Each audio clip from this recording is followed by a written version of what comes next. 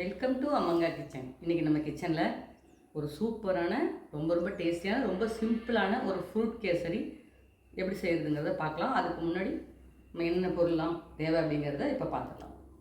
Fruit kesari செய்கிறதுக்காக 1/2 kilo rava, 1 kilo sugar, 1க்கு 2 கணக்கில் சுகர், 1.5 லிட்டர் தண்ணி, ஏலக்காய் பொடி, இதில் சுகர் சேர்த்து பொடிச்சு வச்சுருக்கேன். ஒரு 5 ஏலக்காயை, முந்திரி பருப்பு ஒரு 10 அளவுக்கு போட்டுக்கிட்டால் போதும். 1/4 கப் அளவுக்கு நெய், இது வந்து 100 கிராம் அளவுக்கு நெய் இருந்தால் போதும்.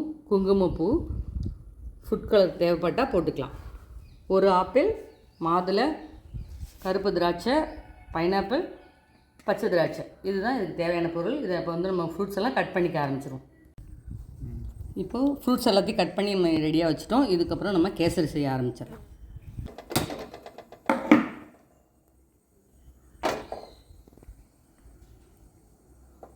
இப்போ கடாய் சூடு இருந்ததுக்கப்புறம் நம்ம ரவா வறுக்க ஆரம்பிச்சிடலாம்.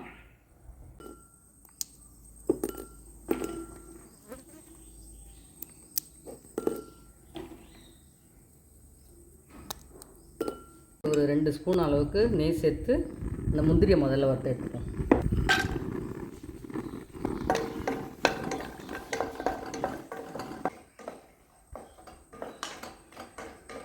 இப்போ முந்திரி வறுபட்டுடுச்சு. இதை நம்ம அப்படியே எடுத்து வேறு ஒரு பிளேட்டுக்கு மாற்றி வச்சிடலாம்.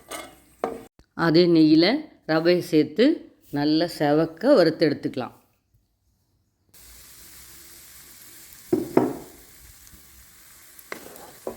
ரவை வந்து நல்லா நெய்யில் சேர்ந்து வறுபடணும்.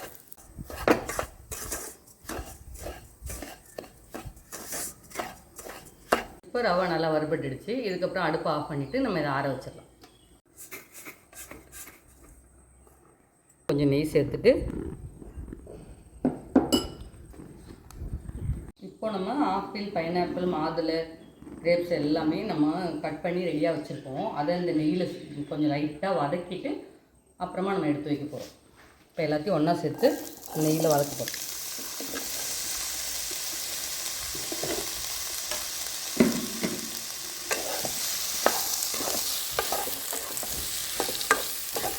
ரொம்ப வதங்க வேண்டாம், சும்மா லைட்டாக வதங்கினா போதும். இது ரொம்ப வேகக்கூடாது இல்லை, அதனால் லைட்டாக வதங்கினாலே சரியாக இருக்கும்.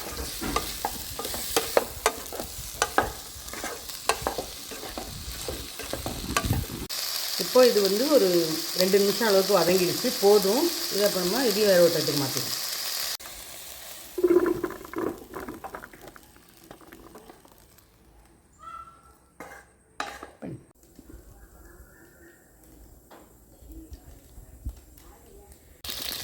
இப்போது அதே கடாயில் நம்ம தண்ணியை சேர்த்துக்கலாம். தண்ணி வந்து ஒரு 2.5 அளவுக்கு எடுத்துருக்கோம், 1க்கு 2.5 கணக்கு. இப்போ நம்ம தண்ணி கொதிக்க ஆரம்பிச்சிருச்சு. இதில் லைட்டாக ஃபுட் கலர் சேர்த்துக்கலாம். எல்லோ கலர் சேர்த்துக்கிறேன். ஆப்ஷனல் தான், தேவைன்னா சேர்த்துக்கோங்க, இல்லாட்டினா கூட சேர்க்காமலுமே இதை நம்ம செய்யலாம். கொஞ்சமாக தான் நான் சேர்த்துருக்கேன். இப்போ இதில் ஃப்ளேவருக்கு கொஞ்சமாக குங்குமப்பூ சேர்த்துக்கிறேன். தண்ணி கொதிக்க ஆரம்பிச்சிருச்சு. இதுக்கப்புறம் இதில் வந்து நம்ம 2 ஸ்பூன் நெய் சேர்க்க போகிறோம். ஏன் தண்ணி கொதிக்கும் போதே சேர்க்குறோம் அப்படின்னாக்கா, நம்ம ரவை, ஜீனிலாம் போட்டு செய்யும்போது எப்போவுமே கேசரியில் கட்டிப்படும். இந்த மாதிரி நம்ம நெய்யை சேர்த்துட்டு அதுக்கப்புறம் ரவை சேர்த்து செய்யும்போது கட்டிப்படாமல் நல்லா உதிரி உதிரியாக சூப்பராக வரும்.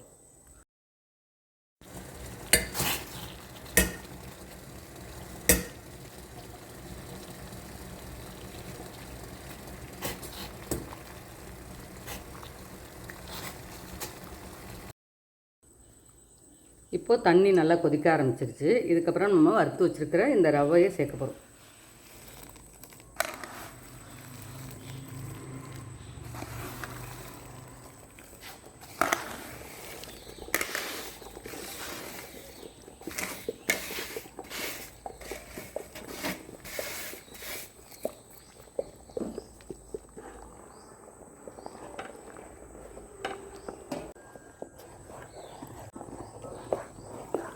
இப்போது ரவை வந்து இன்னும் கொஞ்சம் நேரம் வேகணும்.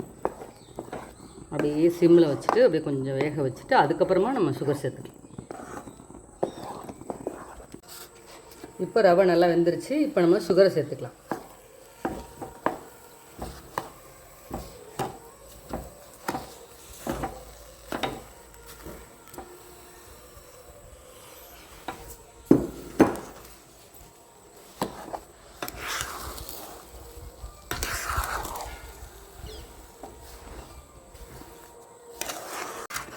சுகர் சேர்த்து நம்ம மிக்ஸ் பண்ணும்போது சுகர் மெல்ட் ஆகி அப்படியே நமக்கு கேசரி தண்ணி மாதிரி தான் இருக்கும். நல்லா அப்புறம் எல்லாம் ஒன்றா மிக்ஸ் ஆகி ரெடியாகி வரும்போது நல்லா மறுபடியும் கெட்டியாக வந்துடும். பாருங்கள், கிண்ட கிண்ட அப்படியே லூஸாக ஆகிட்டே வருது பாருங்கள்.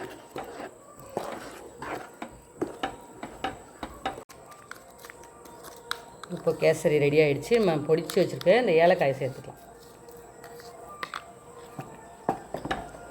அதுக்கப்புறமா முந்திரி பருப்பு வறுத்து வச்சுருந்தோம்ல, அதையும் சேர்த்துக்குவோம். நம்ம முந்திரி பருப்பு சேர்க்காம கூட செய்யலாம். ஏன்னா நம்ம நிறைய ஃப்ரூட்ஸ் சேர்க்கறதுனால முந்திரி பருப்பு சேர்க்காம கூட நம்ம செய்யலாம். இதுக்கப்புறம் நம்ம மிச்சம் இருக்கிற நெய்யை சேர்த்துக்கலாம். 1/4 கிலோ ரவாவுக்கு 100 நெய் இருந்தால் தாராளமாக போதும். அதான் அளவு. 1க்கு 2 ஜீனி, தண்ணி 2.5லேருந்து 3 வரைக்கும் ரவாவை பொறுத்து தண்ணி கொஞ்சம் முன்ன பின்ன ஆகும். இப்போ நம்ம எல்லா நெய்யும் சேர்த்துட்டோம். இதை நல்லா மிக்ஸ் பண்ணி நல்லா மிக்ஸ் ஆகி வர வரைக்கும் நல்லா கலந்து விட்டுருவோம்.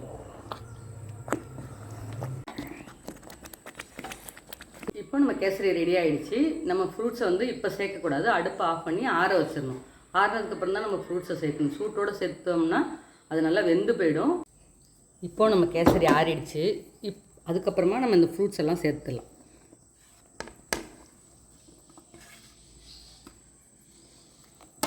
இதை மிக்ஸ் பண்ணி விட்டுற வேண்டியது தான்.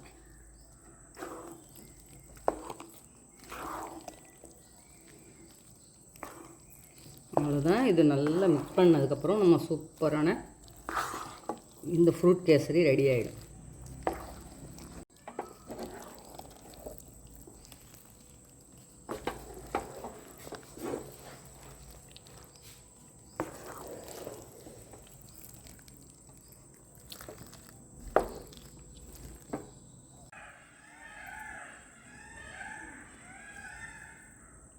ரொம்ப சூப்பராக ஃப்ரூட்ஸ்லாம் சேர்த்து ரொம்ப ஹெல்த்தியான இந்த ஃப்ரூட் கேசரி அருமையாக ரெடி ஆகிருக்குங்க. ரொம்ப சூப்பராக வந்திருக்கு. இதே மாதிரி நீங்களும் ட்ரை பண்ணி பாருங்கள். ட்ரை பண்ணி பார்த்துட்டு அம்மங்கா கிச்சனை லைக் பண்ணுங்கள், ஷேர் பண்ணுங்கள், சப்ஸ்கிரைப் பண்ண மறந்துடாதீங்க. எப்பவும் போல் உங்கள் சப்போர்ட்டு தொடர்ந்து கொடுங்க. நன்றி, வணக்கம்.